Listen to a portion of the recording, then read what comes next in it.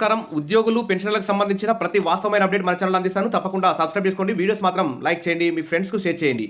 ఇక కేంద్ర ప్రభుత్వ కార్మిక మంత్రిత్వ శాఖ ఆధ్వర్యంలో పనిచేస్తున్న ప్రభుత్వ రంగ సంస్థల ఉద్యోగులకు సంబంధించి వారైతే చాలా అన్యాయానికి గురవుతున్నారు. ప్రభుత్వం అయితే వారికి తీరని అన్యాయం చేస్తుందని చెప్పుకోవచ్చు.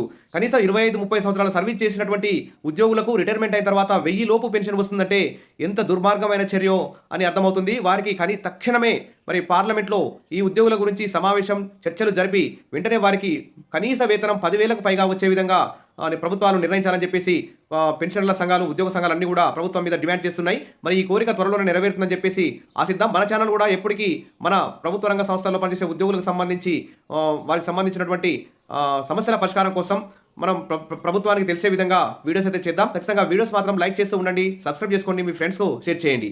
ఇక వివరాలకు వెళ్తే 25 సంవత్సరాల పాటు ఒక ప్రభుత్వ రంగ పరిశ్రమలో పనిచేసి నెలకు 50,000 రూపాయలకు పైగా జీతం పొందిన ఒక కార్మికుడు పదవీ విరమణ పొందితే కేవలం 2,000 రూపాయల లోపు 1000 లోపు మాత్రమే పెన్షన్ పొందడం నమ్మశక్యం కాని విషయం. కానీ ఇది వాస్తవం. ఈపీఎస్ 95 పేరుతో దేశంలో ప్రవేశపెట్టిన ఈ పెన్షన్ పథకం కార్మికుల పొదుపు సొమ్మును హరించి కార్పొరేట్లకు దారాదత్తం చేస్తుంది. మన దేశంలో కార్మికులకు ఉన్న హక్కులను ఒక్కొక్కటిగా హరిస్తున్నటువంటి ఈ కేంద్ర రాష్ట్ర ప్రభుత్వాలు మరి కార్మికులు కోరకుండానే వారికి ఒక పెన్షన్ పథకాన్ని చాలా ఉదారంగా ప్రవేశపెట్టింది. కార్మికులు వద్దన్నా వినలేదు. కనీసం ఇందులో చేరాలా వద్దా అనే ఆప్షన్ కూడా ఇవ్వమన్నా ఇవ్వలేదు. కార్మికులపై ఎందుకింత ప్రేమ అని కొద్దిగా పరిశీలిస్తే 91 నుంచి దేశంలో అమలవుతున్న నయా ఉదారవాద విధానాలతో భాగమే ఈ పెన్షన్ పథకం అని సులువుగానే అర్థమవుతుంది. 1995 నాటి పివి నరసింహరావు ప్రభుత్వం అప్పటి వరకు అమల్లో ఉన్న ఉద్యోగుల భవిష్య నిధి పిఎఫ్ 1952 చట్టాన్ని సవరించి ఉద్యోగుల పెన్షన్ స్కీమ్ ఈపీఎస్ 95 పేరున ఒక కొత్త చట్టాన్ని చేసింది. ఈ పెన్షన్ చట్టం ప్రకారం అప్పటి వరకు కార్మికుల భవిష్య నిధిలో ఉన్న యాజమాన్యం వాటా 8.33%, ప్రభుత్వ వాటా 1.16% ఈ పెన్షన్ నిధికి మళ్లించబడుతుంది. ఈ నిధి నుండి ప్రతి నెల పిఎఫ్ డిపార్ట్మెంట్ పెన్షన్లు చెల్లిస్తుంది. ఈ పథకం వల్ల కార్మికులకు వచ్చే సంక్షేమం కంటే కార్మికుల పొదుపు సొమ్మును కోల్పోవడమే అధికంగా ఉంటుందని ఆనాడే కార్మిక సంఘాలు మొత్తుకున్నాయి. కానీ కొన్ని యూనియన్లు దీనిపై దేశంలోని వివిధ హైకోర్టుల్లో కేసులు కూడా వేశాయి. కొన్ని హైకోర్టులు ఈ పథకం అమలుపై స్టే ఉత్తర్వులు కూడా ఇచ్చాయి. ఈ కేసులన్నీ చివరకు సుప్రీంకోర్టుకు చేరాయి. దీన్ని సమీక్షిస్తూ ఉంటామని, పథకాన్ని మరింత పటిష్టపరుస్తామని అనేక హామీలు ప్రభుత్వం ఇవ్వడంతో సుప్రీంకోర్టు ఈ పథకం అమలుకు అనుమతిచ్చింది. ఈ విధంగా కార్మికుల ఆమోదం లేకపోయినా వివిధ యూనియన్లు ప్రతిఘటించిన ఈ పథకం 1995 నుండి అమల్లోకి వచ్చింది. ఈ పెన్షన్ పథకం ప్రత్యేకత ఏమిటంటే కేంద్ర రాష్ట్ర ప్రభుత్వ ఉద్యోగులకు, ఎల్ఐసి, బ్యాంకు ఉద్యోగులకు, ఇతర సంస్థల్లో ఉన్న పెన్షన్ పథకాల్లోని ఒక్క అనుకూలాంశం కూడా ఇందులో లేకపోవడమే. వీటికి భిన్నంగా ప్రతికూలంగా ఉండే అనేక అంశాలు ఈ పథకంలో ఉన్నాయి. ఉదాహరణకు మిగిలిన అన్ని పెన్షన్ పథకాల్లో పెరిగిన ధరలకు అనుగుణంగా కరువు భత్యం ఉండగా ఈ పథకంలో మాత్రం అది లేదు. అన్ని పెన్షన్ పథకాల్లోనూ పదవీ విరమణ సమయంలోనూ పెన్షన్లోని కొంత మొత్తాన్ని కమ్యూట్ చేసుకుని ఒకేసారి పెద్ద మొత్తాన్ని తీసుకునే అవకాశం ఉండగా ఈ పెన్షన్ పథకంలో మాత్రం ఆ సదుపాయం లేదు. కేంద్ర ప్రభుత్వ ఉద్యోగులకు ఆఖరి నెల జీతం ఆధారంగా పెన్షన్ లెక్కిస్తే ఈ పథకంలో మాత్రం కార్మికుని ఆఖరి 60 నెలల జీతం సగటు తీసుకొని దాని ఆధారంగా పెన్షన్ లెక్కిస్తారు. అలాగే కేంద్ర ప్రభుత్వ ఉద్యోగులకు 20 సంవత్సరాల సర్వీస్ పూర్తయితే పూర్తి పెన్షన్ పొందడానికి అర్హత రాగా ఇక్కడ మాత్రం 33 సంవత్సరాల సర్వీసు కానీ ఆ అర్హత రాదు. ఇలాంటి అనేక లోపాలతో కూడిన ఈ ఈపీఎస్ 95 పెన్షన్ విధానం చాలా అన్యాయానికి గురి చేస్తుందని చెప్పేసి ఉద్యోగులందరూ కూడా ఆందోళనలో ఉన్నారు. పెన్షన్ పొందే జీతం పరిమితిని కూడా మొదట 6,500 నిర్ణయించారు. తర్వాత దాన్ని 15,000కు పెంచారు. పూర్తి జీతంపై హయ్యర్ పెన్షన్ను అనుమతించాలని సుప్రీంకోర్టు 2022లో తీర్పిచ్చి 2 ఏళ్లు గడిచినా నేటికి అమలు కావడం లేదు.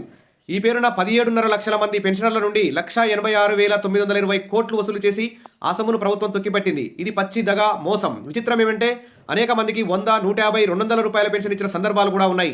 పెద్ద ఎత్తున ఒత్తిడి రావడంతో చివరకు ప్రభుత్వం కనీస పెన్షన్ను 1,000 రూపాయలకు 2017లో పెంచింది. దీనివల్ల 36.4 లక్షల మంది లాభపడ్డారని ఘనంగా ప్రకటించుకుంది. కానీ దీన్ని బట్టి తెలుస్తున్నది ఏమంటే అంతమందికి అప్పటి వరకు 1,000 రూపాయలలోపే పెన్షన్ ఉందని దీనికి ప్రభుత్వం సిగ్గుపడవలసి వస్తుంది పోయి తిరిగి గొప్పలు చెప్పుకోవడం విడ్డూరమే. ఇప్పటికీ 1,000 రూపాయల్లో పెన్షన్ వస్తున్న వారు కూడా ఉన్నారు. అత్యధిక మందికి వచ్చే పెన్షన్ రాష్ట్ర ప్రభుత్వం ఇస్తున్న వృద్ధాప్య పెన్షన్ కంటే కూడా తక్కువగా ఉంటుంది. మరి 2024లో ఈ పథకం ద్వారా 78.5 లక్షల మందికి పెన్షన్ చెల్లించారు. ఇందులో 46.6% మందికి 1,000 అంతకంటే తక్కువనే వస్తున్నారు. కేవలం 29,608 మంది మాత్రమే ఈ పెన్షన్దారులు కేవలం సగటు పెన్షన్ కేవలం 1,578 మాత్రమే. ఫలితంగా అనేక మంది పెన్షనర్లు కడు పేదరికంలో మగ్గుతున్నారు. అందువల్లే దీని కార్పస్ ఫండ్ 2018లో 4,37,000 కోట్ల రూపాయల నుంచి 2024లో 8,88,000 కోట్ల కంటే 6 ఏళ్ల కాలంలో ఏకంగా డబల్ అయింది. ఈ సొమ్మును ప్రభుత్వం మిగిలిన పీఎఫ్ నిధులతో పాటు వివిధ సంస్థల్లో పెట్టుబడులుగా పెడుతోంది. ఇలా కార్మికుల పొదుపు కార్పొరేట్ల పాలవుతుంది. కార్మికుల ఖాతా నుంచి ఈ పెన్షన్ నిధికి మళ్లిస్తున్న సొమ్ము ఎంత, దానిపై వచ్చే వడ్డీ ఎంత, కార్మికుని పదవీ విరమణ తర్వాత ప్రభుత్వం చెల్లిస్తున్న పెన్షన్ ఎంత అనే ఈ 3 అంశాలను పరిశీలిస్తే చాలా ఘోరమైన, ఆశ్చర్యకరమైన, దుర్మార్గమైనటువంటి వాస్తవాలు అయితే వెలుగులోకి వస్తాయి. ఇక్కడ చూసి ఇప్పుడు ఈ పెన్షన్ పొందే జీతం యొక్క గరిష్ట పరిమితి 15,000గా ఉంది. అంటే కార్మికుడికి 15,000 జీతం నుండి ప్రతి నెల 8.33% చొప్పున పెన్షన్ ఫండ్ కట్ అవుతుంది. ప్రభుత్వ వాటా 1.16% కలిస్తే ప్రతి నెల 1,420 చొప్పున 25 ఏళ్ల సర్వీస్లో 4,26,000. దీనిపై ప్రస్తుతం పీఎఫ్ వడ్డీ రేటు చూస్తే 8.2% ఆధారంగా 25 ఏళ్ళు చివరికి వచ్చే వడ్డీకి 10,25,725. అంటే అసలు వడ్డీ కలిపి 14,51,1725 రూపాయలు అవుతుంది. దీనిపై ఇప్పుడు సీనియర్ సిటిజన్లకు ఈ 14 లక్షలు బ్యాంకులో వేసుకుంటే ప్రస్తుతం సీనియర్ సిటిజన్లకు 8.4% చొప్పున వడ్డీ ఇస్తారు. దాని ప్రకారం చూసుకున్నా ఇప్పుడు ప్రతి ఒక్కరికి 10,162 రూపాయల బ్యాంకు వడ్డీ వచ్చే అవకాశం ఉంది. కానీ నేడు ఇదే ప్రభుత్వం ఇదే కార్మికుడికి ఈ ఈపీఎస్ 95 పథకం ద్వారా వచ్చే గరిష్ట పెన్షన్ నెలకు కేవలం 5,785 మాత్రమే. అంటే దీనికి దాదాపు 6,000 రూపాయల వరకు పెన్షన్ నష్టపోతున్నాడు రిటైర్ అయినటువంటి ఉద్యోగి. మరి పొదుపు సొమ్ముపై వచ్చే వడ్డీ కంటే తక్కువగా పెన్షన్ ఉంది. మరి అసలు పొదుపు సొమ్ము అంతా స్వాహా అవడం కాదా ఇది? దీనితో పాటు నాడు సుప్రీంకోర్టుకి ఇచ్చిన హామీలు కూడా ప్రభుత్వం అమలు చేయడం లేదు. సరికదా నాడున్న సౌకర్యాలనే కొన్నింటిని ఎత్తివేశారు. అందువల్ల దీన్ని కార్మికుల సంక్షేమం అనడం కంటే కార్పొరేట్ల సంక్షేమ పథకం అనడం సవ్వగా ఉంది. కేంద్రంలోని నరేంద్ర మోడీ ప్రభుత్వం పెద్దలు దీన్ని సవరిస్తామని హామీ ఇచ్చారు. అయితే మూడోసారి అధికారంలోకి వచ్చిన నేటికి కార్యరూపం దాల్చలేదు. ప్రభుత్వం కార్మికులకు ఉచితంగా దయాధర్మంగా ఏమీ పెన్షన్ ఇవ్వనవసరం లేదు. కార్మికులు దాచిపెట్టుకున్న సొమ్ము అయిన పెన్షన్ నిధి నుండే, అది కూడా దానిపై వచ్చే వడ్డీ, మరి స్టాక్ మార్కెట్లో వచ్చే లాభాలు అన్ని నుండే వివిధ కార్మిక పెన్షన్ల సంఘాలు కోరుతున్నట్లుగా కనీస పెన్షన్ 9,000 రూపాయలకు పెంచడం, కరువు భత్యం చెల్లించాలి, డిఎల్ చెల్లించాలి, కమ్యూట్ చేసుకునే అవకాశం ఇవ్వాలి, 5 ఏళ్లకోసారి పెన్షన్ సవరించడం వంటివి కూడా చేయాలి. అయితే దేశ సంపదను కార్పొరేట్లకు దోచిపెట్టే ఈ ఉదారవాద విధానాలను మరింత స్పీడ్గా అమలు చేస్తున్న మోడీ ప్రభుత్వం అలా చేస్తుందా అన్నదే అసలు ప్రశ్న. దేశానికి అనేక విధాలుగా సేవలందించిన ఈ సీనియర్ సిటిజన్ల పొదుపును దోచుకోవడమే కాక వారి న్యాయమైన డిమాండ్లు సైతం నిర్లక్ష్యం చేయడం క్షంతవ్యం కాదు. ఈ పని చేయకుండా సీనియర్ సిటిజన్లకు ఏదో చేశామని గొప్పలు చెప్పుకోవడం సభ్యత అంతకంటే కాదు. ఇక్కడ ఆజాద్ శర్మ ప్రధాన కార్యదర్శి ఉత్తరాంధ్ర అభివృద్ధి వేదిక నుంచి చాలా చక్కగా పెన్షన్ల సమస్యల గురించి రాశారు. చాలా అన్యాయానికి గురవుతున్నారు.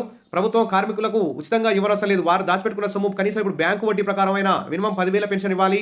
వెంటనే పార్లమెంట్లో చర్చించి చట్టం తేవాలి. సుప్రీంకోర్టుకు ప్రభుత్వం జవాబు చెప్పాలి. పెన్షన్ల ఆందోళనల్ని పట్టించుకొని వారికి న్యాయం చేయాలి. తక్షణమే 10,000 కనీస పెన్షన్ అమలు చేయాలని చెప్పేసి ఉద్యోగ సంఘాలన్నీ కూడా డిమాండ్ చేస్తున్నాయి. ఖచ్చితంగా ఈ ఉద్యోగులందరికీ గుడ్ న్యూస్ వస్తుందని చెప్పి ఆశిద్దాం. వీడియో నచ్చితే లైక్ చేయండి, మీ ఫ్రెండ్స్ షేర్ చేయండి. Thank you.